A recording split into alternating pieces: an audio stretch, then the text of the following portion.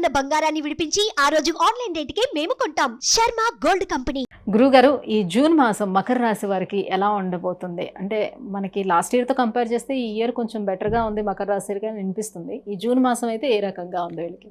తప్పకుండా మకర రాశి అనగానే మనకి ఉత్తరాషాఢ 2, 3, 4 పాదాలు, శ్రవణం 1, 2, 3, 4 పాదాలు, ధనిష్ట 1, 2 పాదాలు, ఈ నక్షత్రాల సమూహం మనకి మకర రాశిలోకి వస్తుంది. ప్రస్తుతం వీరికి గురువు పంచమ స్థానంలో చాలా బాగున్నాడు. అలాగే తృతీయ భాగ్యస్థానంలో రాహుకేతులు చాలా బాగున్నారు. అలాగే శని కూడా ద్వితీయ స్థానంలో ఉన్నాడు. ఇంకా ఆఖరికి వచ్చింది కరెక్ట్ ఇంకా సంవత్సరం అన్నమాట. సో వెళ్ళిపోతే తప్పకుండా మేలు చేస్తాడు. ఈ ఏడాది ఎందుకు ఖచ్చితంగా మేలు చేస్తాడంటే మన గురుబలం కూడా పరిపూర్ణంగా ఉంది కాబట్టి.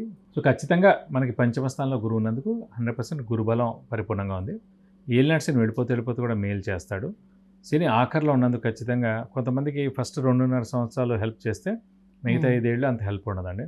ఒకవేళ ఫస్ట్ 2.5లో చేయకుండా ఉంటే కనుక నెక్స్ట్ 2.5లో చేస్తారు. అప్పుడు లాస్ట్ 2.5 అంత హెల్ప్ ఉండదు.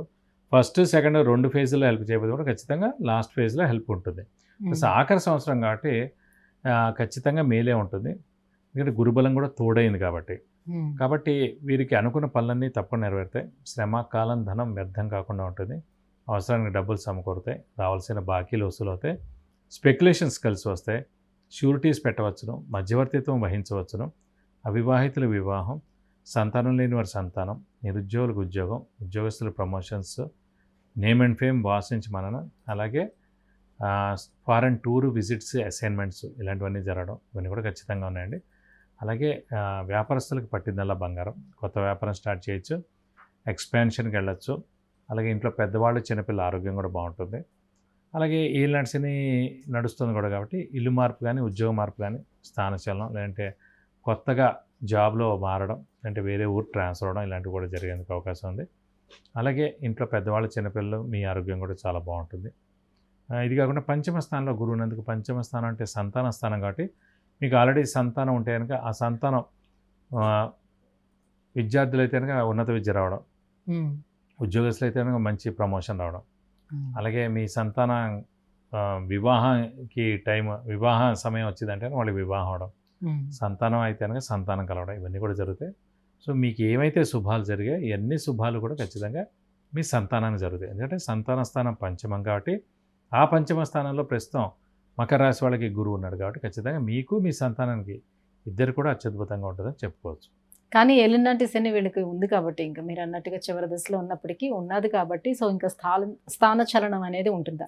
గురుబలం కూడా బాగుంది కాబట్టి, సో మంచి ఉద్యోగం వచ్చి స్థానచలనం అట్లా ఉంటుంది అదనమాట. ఇప్పుడు ఏలినాటి శని నడుస్తున్న ఆఖరిలో ఉంది కాబట్టి, ఇంకొక ఏడాది ఉంది కాబట్టి గురుబలం బాగా తోడైంది కాబట్టి ఇప్పుడు వస్తే స్థానచలనం ప్రమోషన్ మీద ట్రాన్స్ఫర్ అవడం, మంచి ప్రమోషన్ వచ్చి ట్రాన్స్ఫర్ అవడం. సో ప్రమోషన్ వచ్చినప్పుడు శాలరీ హైక్ ఉంటుంది.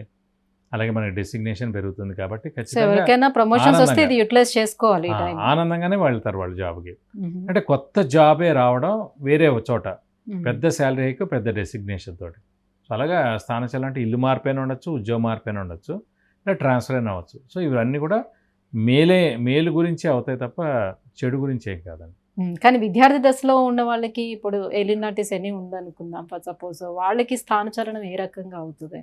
అంటే వారికంటే ఉన్నత విద్య, ఉన్నత సీటు, మంచి ర్యాంకు, మంచి అడ్మిషన్, మంచి యూనివర్సిటీ వచ్చింది అనుకోండి, వాళ్ళకి స్థానచలనం అలా అవ్వచ్చు కదా.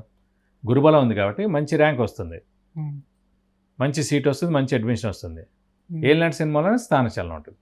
సో స్థానచలనంతో మంచి ర్యాంక్, అడ్మిషన్, సీటు వచ్చి వేరే ఊరు కానీ, వేరే డిస్ట్రిక్ట్ కానీ, వేరే స్టేట్ కానీ, అంటే ఫారెన్ వెళ్ళి చదువుకునేందుకు అవకాశాలు ఎక్కువగా ఉన్నాయి విద్యార్థులకి. అదే గురువు బాగున్నాడు అంటున్నారు కాబట్టి ఇంకా సంతాన పరంగా ఎలా ఉంటుంది వాళ్ళకి? సంతానం కూడా ఖచ్చితంగా, ఎవరికైతే సంతానం లేదో ఖచ్చితంగా సంతానం కలుగుతుంది. ఎందుకంటే సంతాన స్థానమే పంచమ స్థానం అండి. సంతాన కారకుడే గురువు అనమాట.